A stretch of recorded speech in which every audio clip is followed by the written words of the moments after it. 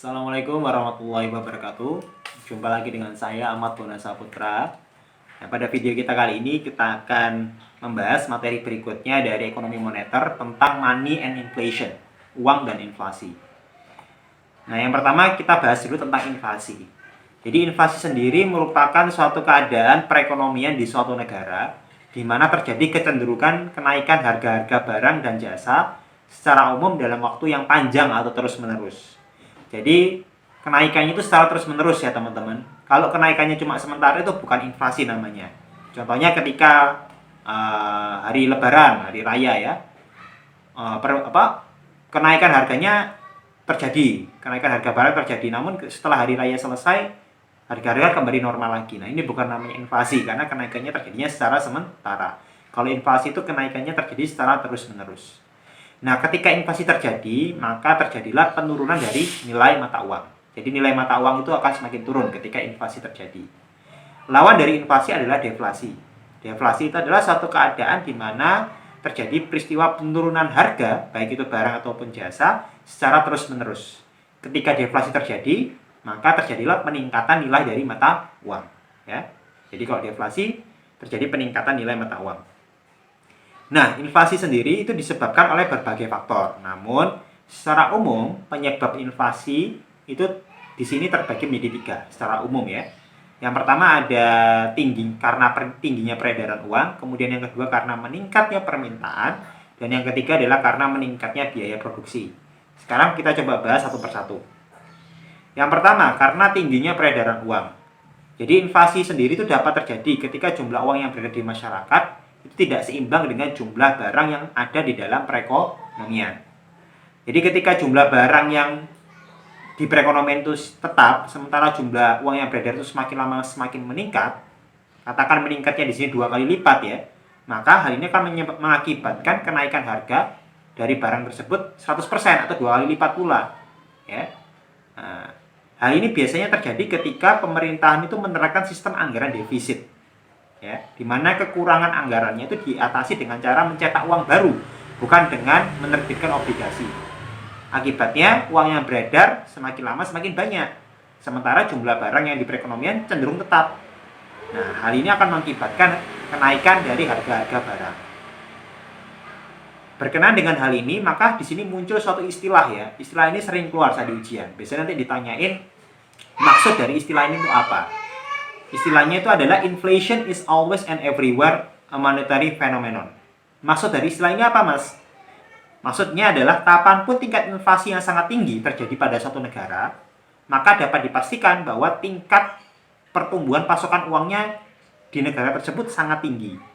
Nah, tingginya pertumbuhan atau pasokan uang itu tidak didukung dengan pertumbuhan pada jumlah barang atau jasa. Jadi kalau ada suatu negara dia kena inflasi, pasti pasokan uangnya atau jumlah uang yang beredar itu tinggi. Nah, tingginya uang beredar itu tidak didukung dengan pertumbuhan jumlah barang atau jasa. Itu adalah maksud dari kata-kata tersebut. Oke. Kemudian berikutnya adalah inflasi yang disebabkan karena meningkatnya permintaan atau demand pull inflation. Jadi di sini biasanya permintaan konsumen itu berlebih, namun permintaan yang berlebih ini tidak dapat dipenuhi produsen ya, tidak dapat dipenuhi oleh produsen. Hal ini akan mendorong kenaikan harga-harga atau inflasi. Nah, inflasi yang disebabkan karena meningkatnya permintaan atau demand pull inflation itu dapat terjadi disebabkan oleh beberapa faktor, antara lain yang pertama adalah meningkatnya belanja pemerintah ya. Kemudian yang kedua adalah meningkatnya permintaan barang untuk diekspor. Akibatnya barang yang ada di dalam negeri itu tinggal sedikit. Ya. Kemudian yang ketiga adalah meningkatnya permintaan barang untuk swasta. Nah, itu adalah beberapa faktor yang menyebabkan terjadinya demand pull inflation. Kemudian berikutnya ada meningkatnya biaya produksi atau cost pull inflation. Itu adalah inflasi yang terjadi karena meningkatnya biaya. Nah, kenaikan biaya produksi ini kemudian pada akhirnya akan dibebankan produsen kepada konsumen melalui kenaikan harga. Hal ini akan mengakibatkan inflasi semakin tinggi, harga-harga semakin tinggi. Nah, peningkatan pada biaya produksi itu misalkan seperti apa? Seperti peningkatan harga bahan bakar, upah buruh naik, biaya logistik yang mahal, dan lain sebagainya. Nah, produsen tidak mau menanggung hal ini. Akibatnya produsen membebankan kepada konsumen dengan cara apa? Dengan cara menaikkan harga produknya. Seperti itu. Nah, itu adalah tiga faktor ya yang menyebabkan inflasi.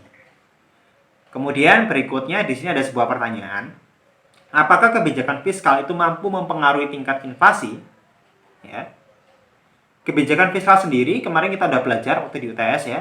Jadi kebijakan fiskal sendiri itu kan merupakan kebijakan yang dilakukan oleh pemerintah untuk mengelola perekonomian agar bergerak ke arah yang lebih baik dengan cara mengatur penerimaan dari sektor pajak dan pengeluaran pemerintah. Itu adalah definisi dari kebijakan fiskal. Ya. Kebijakan fiskal di sini itu dia dapat mempengaruhi tingkat inflasi sebagai berikut. Yang pertama adalah dengan cara menghemat pengeluaran pemerintah. Jadi pemerintah itu dapat menekan inflasi dengan cara mengurangi pengeluaran pemerintah. Ya. Sehingga permintaan akan barang atau jasa akan berkurang dan pada akhirnya dapat menurunkan harga-harga atau menurunkan inflasi itu sendiri. Kemudian yang kedua adalah dengan menaikkan tarif pajak. Jadi untuk menekan inflasi, pemerintah dapat menaikkan tarif pajak. Naiknya tarif pajak untuk rumah tangga dan perusahaan akan mengurangi tingkat konsumsi mereka karena uangnya berkurang ya. Nah, pengurangan tingkat konsumsi nantinya dapat mengurangi permintaan terhadap barang atau jasa, sehingga karena permintaan terhadap barang atau jasa berkurang, maka hal ini akan menyebabkan penurunan pada harga. Seperti itu ya. Itu adalah bagaimana kebijakan fiskal itu dapat mempengaruhi tingkat inflasi. Kemudian berikutnya ada pertanyaan lagi. Apakah kebijakan fiskal dapat menjadi penyebab terjadinya inflasi? Ya, apakah kebijakan fiskal dapat menjadi penyebab terjadinya inflasi? Jawabannya adalah kebijakan fiskal dapat menyebabkan terjadinya inflasi, tetapi sifatnya adalah sementara atau kontemporer. Ya, jadi sifatnya hanya sementara. Hal ini disebabkan karena pemerintah dapat melakukan penyesuaian terhadap kebijakan fiskal yang ia lakukan. Misalnya, ketika pengeluaran pemerintah lagi tinggi, pengeluaran pemerintah tinggi, hal ini akan mengakibatkan uang beredar semakin banyak, ya, dan meningkatkan permintaan. Tapi pemerintah masih bisa menyeimbangkannya dengan cara apa? Dengan cara meningkatkan tarif pajak, sehingga hal ini akan mengurangi jumlah uang yang beredar di masyarakat, sehingga inflasi bisa ditekan. Ya, sehingga di sini kesimpulannya adalah inflasi yang tinggi bukan hanya didorong oleh kebijakan fiskal saja, tapi ada faktor-faktor yang lain. Ya, karena kalau kebijakan fiskal itu dia bisa menyebabkan inflasi tetapi hanya sementara atau kontemporer. Jadi inflasi yang tinggi bukan kebijakan fiskal saja yang mempengaruhi, tapi ada faktor yang lain. Faktor yang mempengaruhi yang lainnya itu apa aja Mas? Yang tadi 3 itu ya. Jumlah uang yang beredar, tingginya peredaran uang, kemudian meningkatnya permintaan dan naiknya biaya produksi. Ya, itu ya 3 itu yang faktor utama yang menjadi penyebab terjadinya inflasi. Nah, kemudian di sini ada istilah tentang origin inflation monetary policy. Jika semua orang setuju bahwa inflasi bukanlah hal yang baik, ya, bukan hal yang bagus bagi perekonomian, lantas kenapa pemerintah melakukan kebijakan moneter yang inflasioner? Kebijakan moneter inflasioner ini maksudnya adalah kebijakan moneter yang memicu terjadinya inflasi. Jadi kalau inflasi itu buruk, ya, kenapa pemerintah itu membuat suatu kebijakan yang dapat memicu terjadinya inflasi? Alasannya kenapa?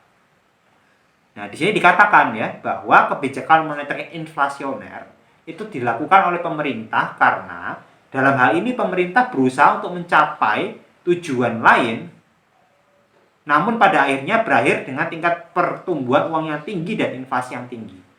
Ya, jadi pemerintah di sini tuh berusaha untuk mencapai tujuan yang lain dan mengorbankan tujuan yang lainnya, ya. Sehingga namun pada akhirnya berakhir pada tingkat pertumbuhan uang yang tinggi dan inflasi yang tinggi. Nah, kebijakan pemerintah seperti apa yang dapat memicu terjadinya inflasi? Nah, ini adalah beberapa contoh kebijakan pemerintah yang dapat memicu terjadinya inflasi.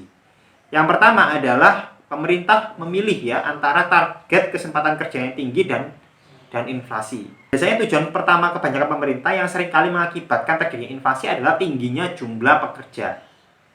Jadi penyediaan lapangan kerja pada dasarnya itu harus disesuaikan dengan tingkat harga yang stabil. Namun dalam prakteknya pemerintah seringkali menargetkan high employment atau banyak lapangan pekerjaan dengan tanpa memperdulikan konsekuensi inflasi dari kebijakan-kebijakannya. Nah, hal ini akan memicu terjadinya inflasi. Jadi biasanya pemerintah itu pengen lapangan pekerjaan banyak, alhasil dia menggelontorkan uang dalam jumlah banyak. Nah, karena dia menggelontorkan uang dalam jumlah banyak, inflasi terjadi. Nah, seharusnya kebijakan kesempatan kerja ini harus diseimbangkan dengan tingkat harga. Jadi gimana caranya supaya kesempatan kerja naik tapi harga tetap dapat ditekan. Jadi inflasi itu kenaikan harga naik, tetap naik, tetapi kenaikan harganya naiknya tidak signifikan. Ya. Jadi kesempatan kerja naik tetapi inflasi terjadinya itu tidak signifikan. Nah, biasanya kalau di Indonesia itu dia punya batas terjadinya inflasi itu 5-7% lah per tahunnya. Jadi inflasi itu mesti terjadi, tapi gimana caranya kita itu membuat tingkat inflasi itu kenaikannya itu tidak signifikan banget. Ya antara 5-7% lah. Itu yang bagus. Seperti itu ya. Kemudian kebijakan yang kedua adalah kebijakan anggaran defisit. Nah, ketika pemerintah lagi defisit atau kekurangan uang, sebenarnya pemerintah itu dapat membiayai defisitnya dengan dua cara. Yang pertama dengan menerbitkan surat utang atau obligasi, atau dengan menciptakan uang baru. Nah, jika defisit pemerintah ini dibiayai dengan cara menciptakan uang baru, ya, bukan dengan cara menerbitkan surat utang, hal ini akan mengakibatkan terjadinya inflasi karena jumlah uang yang beredar di masyarakat makin banyak. Nah, ini adalah contoh-contoh kebijakan pemerintah yang dapat memicu terjadinya inflasi. Oke, itu adalah bab tentang money and inflation. Untuk bab lainnya akan kita bahas di video-video berikutnya.